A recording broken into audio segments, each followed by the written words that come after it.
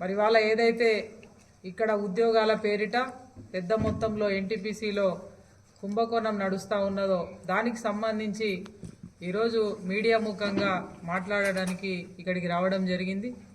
ఇవాళ మరొక ఆర్ఎఫ్సిఎల్ లాంటి కుంభకోణం ఎన్టీపీసీ సంస్థలో ఈరోజు నడుస్తూ ఉన్నది. అయితే అనేక గ్రామాలకు సంబంధించినటువంటి రైతులు ఇవాళ లింగపూర్ దగ్గర నుంచి మొదలు పెడితే లింగపూర్, కుందనపల్లి, బద్రిపల్లి, మొగల్పహాడ్, ఎలకలపల్లి, శాలపల్లి, జంగాలపల్లి, కాజీపల్లి, లక్ష్మీపూర్, వీర్లపల్లి ఇట్లా అనేక గ్రామాలకు సంబంధించినటువంటి రైతులు వేల ఎకరాల భూములని త్యాగం చేస్తే ఇవాళ త్యాగాల పునాదుల మీద ఏర్పడ్డదే ఇవాళ ఎన్టీపీసీ ప్లాంటు. అయితే ఏదైతే అక్కడ ఉన్నటువంటి రైతులు త్యాగం చేసేటువంటి క్రమంలో ఏవైతే ఆశలు పెట్టుకున్నారో భూములను ఇస్తే, ప్లాంట్లు వస్తే, ఇట్లా ప్రాజెక్టులు వస్తే మాకు మా పిల్లగాళ్ళకి చదువుకున్న బిడ్డలకి ఈ ప్రాంతంలో ఉన్నటువంటి యువతకి ఉద్యోగ అవకాశాలు వస్తాయని చెప్పి ఏదైతే ఆశపడ్డారో ఇవాళ వాళ్ళ ఆశలు అడియాశలు అవుతూ ఉన్నాయి. ప్రతి సందర్భంలో కూడా ఇవాళ మహారత్న, నవరత్న కంపెనీగా ఉన్నటువంటి ఎన్టీపీసీ ఇవాళ ఎంతోమంది త్యాగం చేస్తే ఇవాళ వాళ్ళ జీవితాలలో ఇవాళ మట్టి కొడుతూ ఉన్నారు.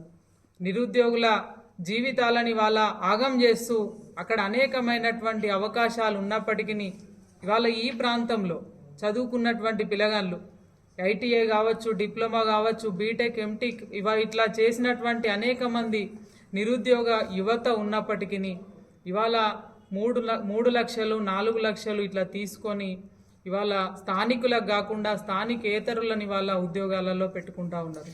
ఇక్కడ ఉద్యోగ నియామకాల్లో 3-4 లక్షలు తీసుకొని పెట్టడం జరిగింది. అంటే ఇవాళ ఒకటే మేము అడుగుతా ఉన్నాం అధికారులను కూడా, ఇవాళ ఎన్టీపీసీలో చీమ చిటుక్కుమంటే స్పందించేటువంటి అధికారులు ఇవాళ ఎక్కడ నిద్రపోతా ఉన్నారో తప్పకుండా సమాధానం చెప్పాల్సినటువంటి అవసరం ఉన్నది. ఇంత పెద్ద ఎత్తున కుంభకోణం జరుగుతూ ఉంటే ఇవాళ ఇక్కడ ఉన్నటువంటి అనేక అవకాశాలు ఉన్నటువంటి యువతకు ఉద్యోగ అవకాశం లేకుండా వారి జీవితాలని నిర్వీర్యం చేస్తూ ఉంటే, ఇంత పెద్ద మొత్తంలో కుంభకోణం జరుగుతూ ఉంటే అధికారులు స్పందించకపోవడంపై నిజంగా కూడా ఇవాళ మేము ప్రశ్నిస్తూ ఉన్నాము భారతీయ జనతా పార్టీగా. ఒకటే, ఇవాళ ఎంతో పేరున్నటువంటి ఎన్టీపీసీ కంపెనీని ఇవాళ బజారు కీడుస్తున్నటువంటి అధికారులను తప్పకుండా మరి శిక్షించాల్సినటువంటి అవసరం ఉంది. ఎవరైతే బాధ్యులు ఉన్నారో వారిని సస్పెండ్ చేయాల్సినటువంటి అవసరం ఉన్నదని ఈ సందర్భంగా మనవి చేస్తూ ఉన్నాము. ఉద్యోగాలు అంటేనే ఈ ప్రాంతంలో ఒకటి అలవాటైపోయింది. ఉద్యోగాలని అంగట్లో సరుకులాగా తూకం వేసి వాళ్ళ అమ్మకానికి పెట్టడం మరి నిజంగా కూడా చాలా బాధాకరమైనటువంటి అంశంగా మేము భావిస్తూ ఉన్నాం. అటు సమాధానం చెప్పాల్సినటువంటి అవసరం ఉంది.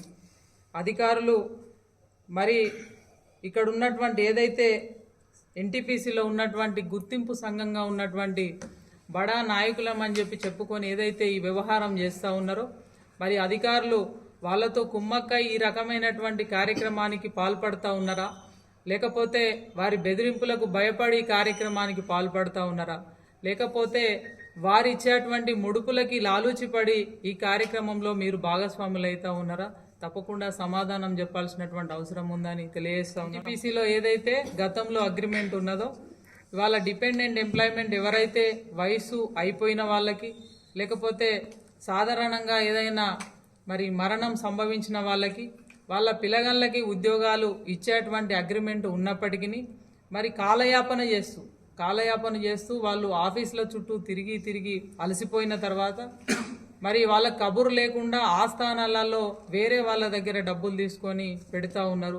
ఇది కూడా పెద్ద మొత్తంలో కుంభకోణం నడుస్తూ ఉన్నది.